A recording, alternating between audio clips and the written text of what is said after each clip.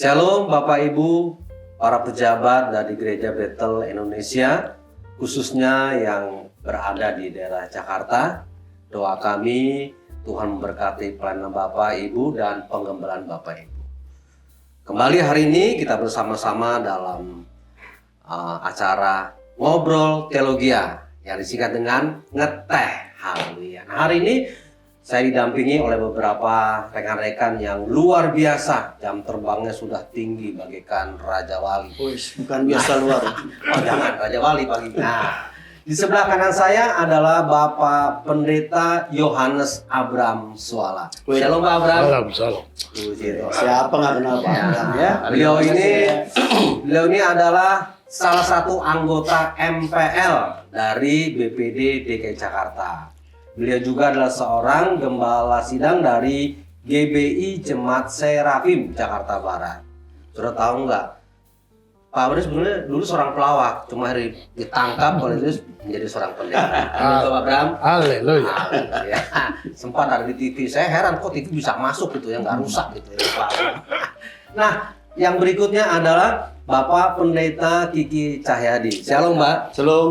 Shalom. Siapa yang nggak kenal Pak Kiki? Beliau adalah Ketua BPD DKI Jakarta. Minimal kehadiran Pak Kiki mendatangkan kemuliaan bagi Tuhan. Haleluya. Cahaya selalu. Waduh, Amin.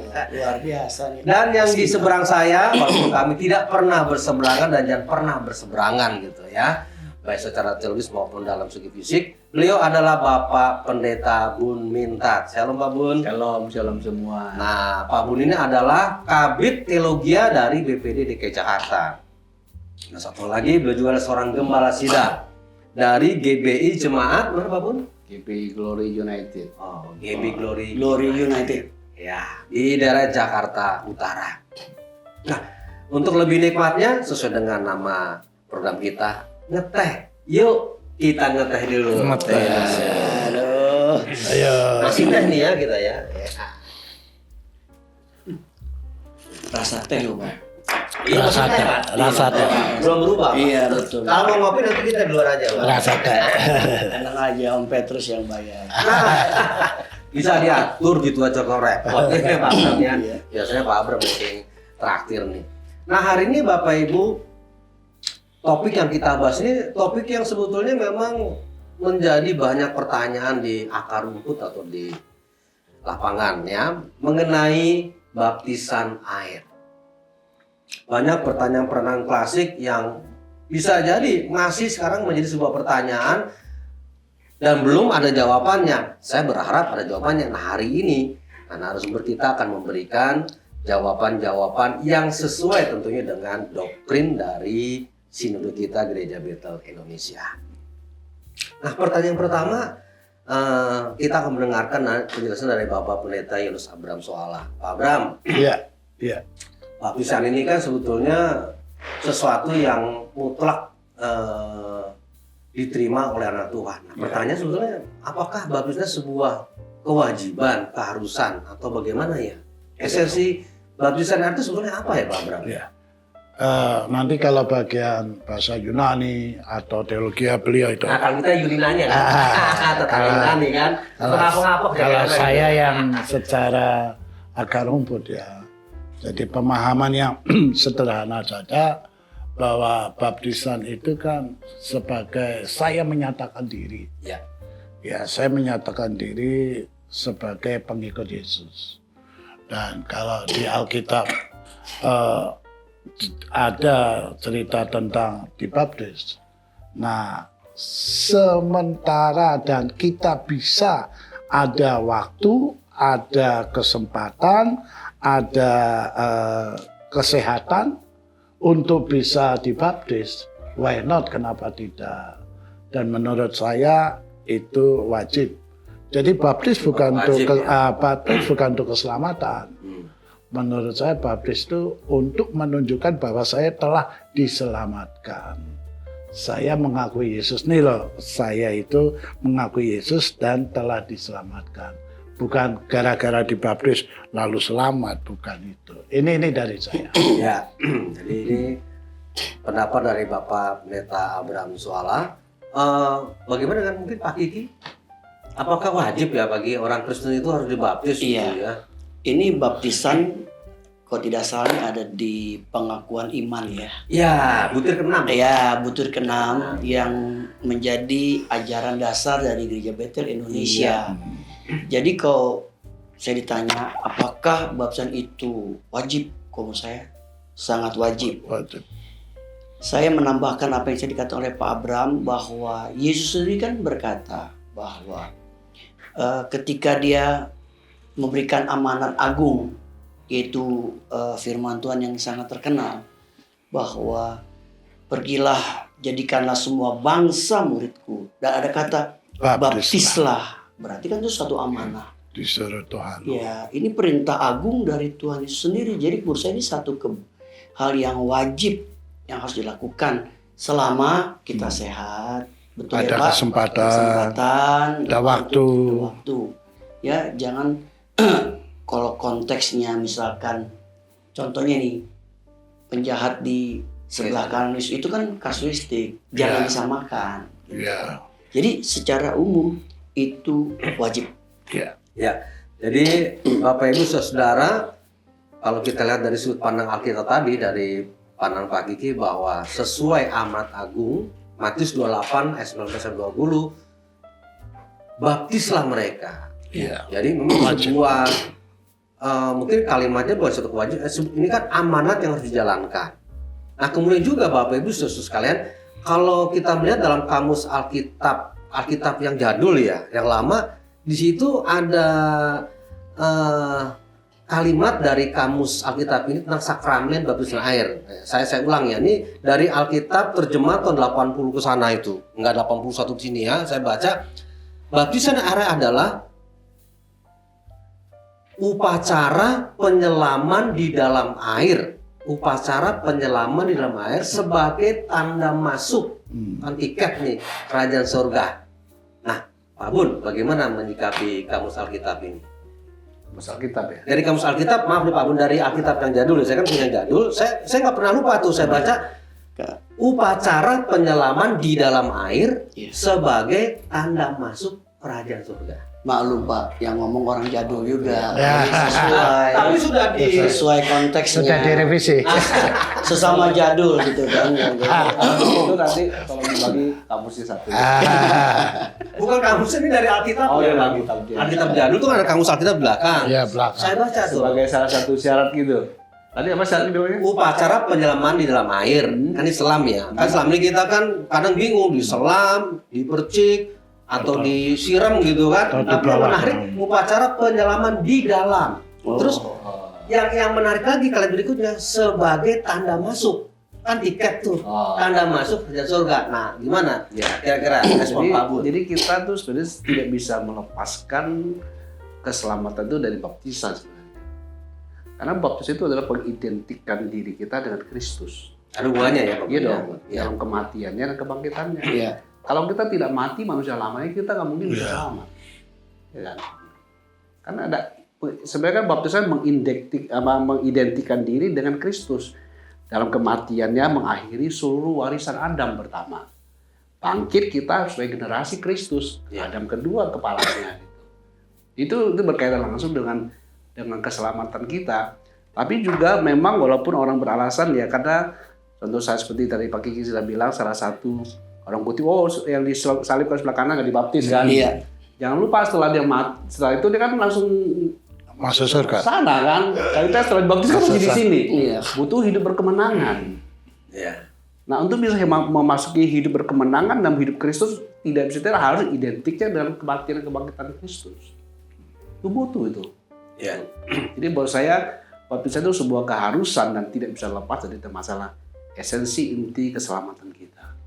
Ya, terima kasih Pak Bun. Jadi kita melihat memang ada hubungannya baptisan itu dengan keselamatan. Ya. So, setiap anak Tuhan memang itu harus dibaptis. Gitu ya. Nah, kemudian yang kedua timbul sebuah pertanyaan begini Bapak Ibu. Perlu nggak sebelum dibaptis mereka tuh mengikuti namanya katekisasi? Mungkin lebih dikenal pemendalaman Alkitab, katekisasi. Gimana Pak Abraham? Kalau Perlu nggak menurut kira-kira? saya, kalau orang banyak banyak orang bilang perlu gitu ya. Kalau saya bilang enggak. Tapi menurut saya adalah sangat perlu. Oh. Sangat Perlu nggak ya? Perlu nggak ya? Tapi sangat ya. Oh ya, orang lain bilang kan perlu. Oh. Kalau saya lain. Itu sama beda. Kalau saya Kan di atas ya. lo beda, sangat perlu. Sangat perlu. Ya, harus itu. Harus. Harus punya banyak hukumnya gitu ya. Jadi begitu saya bilang nggak perlu pada sedih semua. Enggak, saya nggak sedih, kaget aja gitu. Saya bilang Kalau mantan pelawak begini Bapak Ibu Saudara. saya bilang sangat perlu, sangat perlu. Kenapa tuh? Harus. Iya, kenapa tuh? Iya, supaya tahu kenapa mau dibaptis, apa itu baptis, setelah dibaptis gimana, Nah. harus tahu seperti katekisasi pernikahan, apa itu pernikahan, Oh, itu BPK. dasarnya apa, Itu BPK. ya enggak maksudnya apa Oh, aja iya, gitu. iya. Seperti itu harus tahu. Nggak, soalnya begini Pak Abram, kadang-kadang orang dibaptis itu ya bukan karena ingin memahami firman Tuhan, karena mungkin mau nikah gitu kan. Ya itu, Karena disuruh sama orang Iya. tuanya gitu kan, dikasih oleh-oleh, dikasih nanti jalan-jalan lah, mau ke Bali gitu, mau Bali Master kayak beli tempat, Iya. ke Bali lah begitu. Jadi sangat perlu ya itu Kampung ya. Iya. Bali kenapa? Ya. Kampung Bali kenapa? Itu darahnya Pak Abram. Iya. Kalau bagi kita Pak, perlu nggak katekisasi Pak? Menurut saya perlu sangat. Tadi kan sangat perlu. Ya apa bedanya kalau gitu Pak? Ini tinggal TikTok aja bolak-balik gitu. Iya kan? Tadi Aja ya. perlu, karena itu hal yang baik ya, Ya. supaya semua orang yang dibaptis dikasih pemahaman, pengertian. Ya mungkin konteksnya lain kalau mungkin orang yang sudah tua, ya, atau sakit. ya atau dalam keadaan Beda sakit, ya. Saya pernah membaptis seseorang yang Ini udah sih nggak, lanjut ya? udah nggak bisa apa-apa, artinya di rumah sakit ya. Ya udah. Tapi dan nanti ada mungkin pertanyaan harus diselamatkan apa. Tapi kalau kondisinya lagi sudah Tidak tidak memungkinkan. memungkinkan, Emergency lah, ya saya percik aja. dicipratin Pak. Iya ya pakai air ya doain dalam. Oh, gitu. Karena kalau saya masukkan ke Kolam. air keluarnya Selesai. udah jadi jenazah. Selesai itu. Langsung jadi jenazah. Selesai. Itu kan kasus Iya, lain Pak, kasus. ya. Iya. Ya Oke. itu nanti kali pembahasan. Jangan nanti kita akan teruskan. Iya. Nah Pak Bun, kira-kira kalau katekisasi ini materi-materi apa yang perlu diberikan sebelum mereka menerima untuk baptisan? Kan pasti, ya mungkin kalau dalam dunia institusi kan ada kurikulumnya lah, ini pelajarannya apa? Iya. Silakan Pak. Ya tentu dia harus mengerti siapa itu Kristus, Iya. siapa itu manusia karena butuh dibaptis, kenapa butuh Tentang kristologi lah gitu, diselamatkan. istilahnya. Ya, tentang keberadaannya, terutama yang paling prinsip itu adalah tentang makna kematian dan kebangkitan Kristus bagi kita. Ya, ada dua simbol diwakilkan dalam baptisan air itu. Iya. Itu harus Dan kalau enggak nanti setelah kita dibaptis kita tidak mengenakan pemahaman yang baru. Jadi imannya nggak bertumbuh lah istilahnya. Ya, untuk bisa memasuki dimensi kebangkitan Kristus kita harus punya pemahaman firman. Karena Roh Kudus kan memakai pemahaman firman itu bahwa kita masuk dimensi itu gitu. Iya. Kalau nggak ada pemahaman itu nggak bisa. Nah, itu Bapak Ibu para pejabat, perlunya dalam setiap gereja lokal sebelum yang mau dibaptis itu nanti kita laksanakan, entah itu di kolam renang atau di kali gitu ya, harus adanya katekisasi. Nah, Atau dalam di- katekesi atau itu di harus laut. ada kurikulum. Atau di laut juga. Di laut. Jangan lupa di laut. Oh, laut jauhan Pak. Iya. Ada ke kali. Tapi kalau menurut saya Om Petrus, Iya. kalau katekisasi memang secara fungsi itu sangat dibutuhkan. Iya. Seperti yang tadi teman sudah bicarakan, tidak berarti kalau nggak katekisasi kan dibaptis. Kan tergantung kasusistiknya kan. Iya. Seperti tadi dikatakan bahwa orang lagi sakit atau kan benar, tapi dia harus mengerti prinsip dia adalah orang berdosa yang butuh Tuhan Yesus gitu. Iya.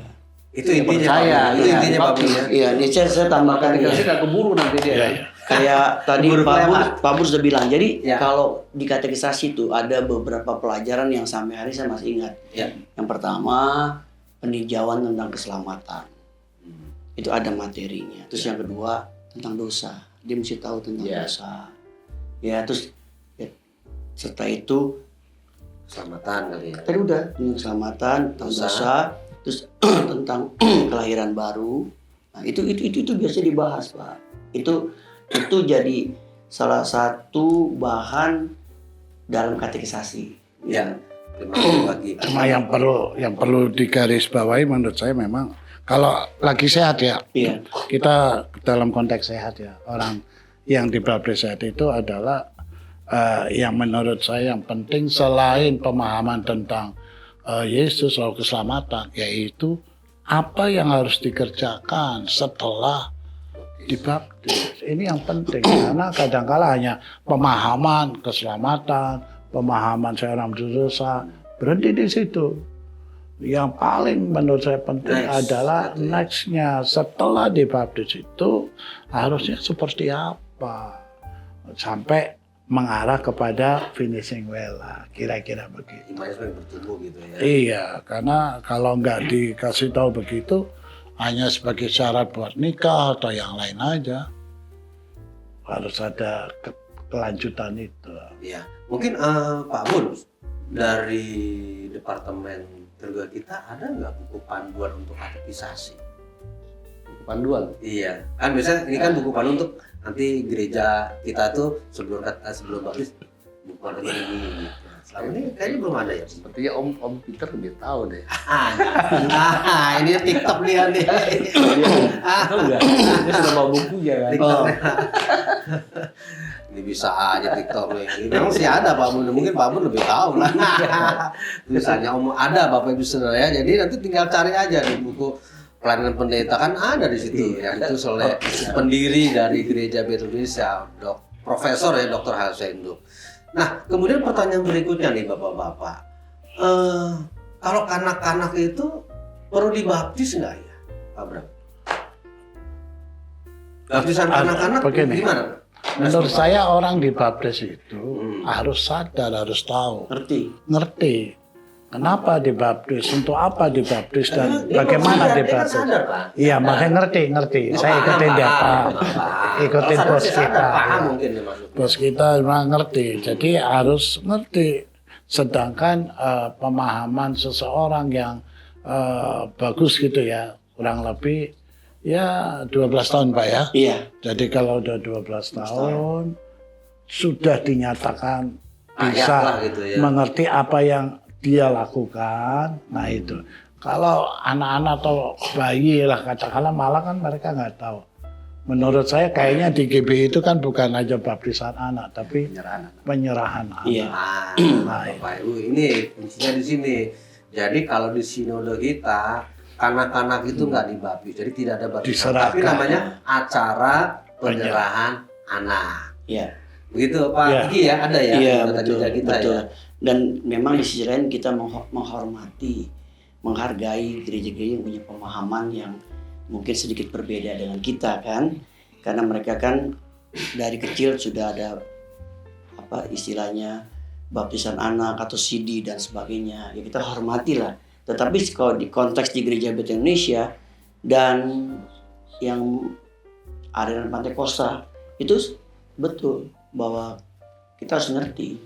Dan biasanya minimal umur 12 tahun lah baru kita Boleh dibaptis baptisan. gitu ya. Iya, begitu. Standar gitu ya.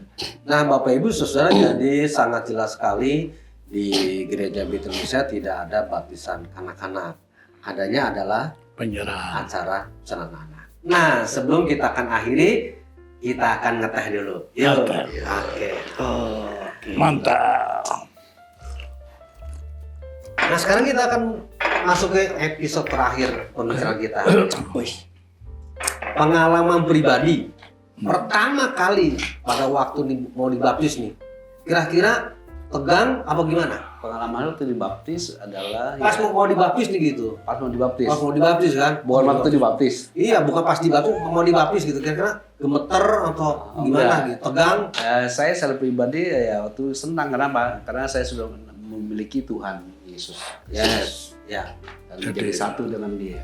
Oh. Betul-betul paham berarti ini. Sangat paham. Sangat Karena paham. waktu baptis waktu itu saya SMP kelas 3. Oh, SMP kelas Ya, karena saya kan 3. bukan dari keluarga Kristen kan. Ya, kemarin, yang kesaksian kemarin ya. Jadi saya ditanya, kamu mau terima kita? Saya secara umum saya katakan saya terima Tuhan Oh, Yesus. tapi katekisasi dulu juga Iya, ya. iya. Ah, Itu ini. Protestan. Ya ini keuntungannya. Ya, Keuntungannya organisasi. kalau ditanya waktu Pak dibaptis itu kayak apa keadaannya, itu pengaruh kalau dia dikategorisasi atau tidak. Iya. Kalau dikategorisasi, Kategorisasi. dia happy, dia mengerti, paham, jadi mantap. Apalagi dulu, Iya. kalau dulu saya kan di gereja Protestan ya. Kita kalau katekisasi kan agak banyak, sampai 6 bulan, Pak, ya? sampai ke 10 perintah tuh. Iya, Pak. 6 bulan Pak Bu. Iya. Terima kasih Pak Bu. Kalau Pak Om Gigi? Saya Kayaknya belum dibaptis. Oh, sudah. takutnya udah kebanyakan dibaptis. Kebanyakan baptis. Iya. Pas mau dibaptis ya Kebanyakan baptis ya. Bukan dibaptis, mau dibaptis tegang atau bagaimana gitu. Yang sudah pasti saya punya pengalaman adalah bahwa saat itu siap Siap. untuk menerima baptisan air itu. Dan saya dibaptis tanggal 6 Maret 1977. Apa? Hafal banget. Saya hari ini karena itu satu pengalaman yang indah yang saya alami. Iya. Itu tuh pengalaman yang nggak bisa saya lupakan. Dan setelah saya dibaptis, saya mengalami cinta mula-mula dengan Tuhan. Nah itu Oh, bukan yang sama istri kan? itu kan masih SMP, Pak. Oh, Lain Pak Petrus mungkin Lain. Pak Petrus mungkin waktu SMP udah punya cinta yang lain. SD. Dia punya ya? cinta yang lain nih jangan Pak Abram. Dari SD dia punya cinta yang lain SD. ya. Puji Tuhan. Kalau Pak Abram? Saya produk ini kan fair ya, jujur ya. Jadi kalau ditanya pengalaman waktu dibaptis, Sebelum dibaptis maksudnya? iya maksudnya pas baptisan gitu Mau kan. dibaptis. Jadi saya produk gereja yang tidak memakai katekisasi. Langsung. Produk. Jadi instan. Jadi misalnya udah SMP gitu ya atau udah Waktunya. umur 12 Waktunya. langsung baptis. Nggak dikasih firman dulu gitu? Ya kalau pas baptisannya, tapi pemahaman tentang apa itu baptisan dan sebagainya, enggak, itu produk lama itu.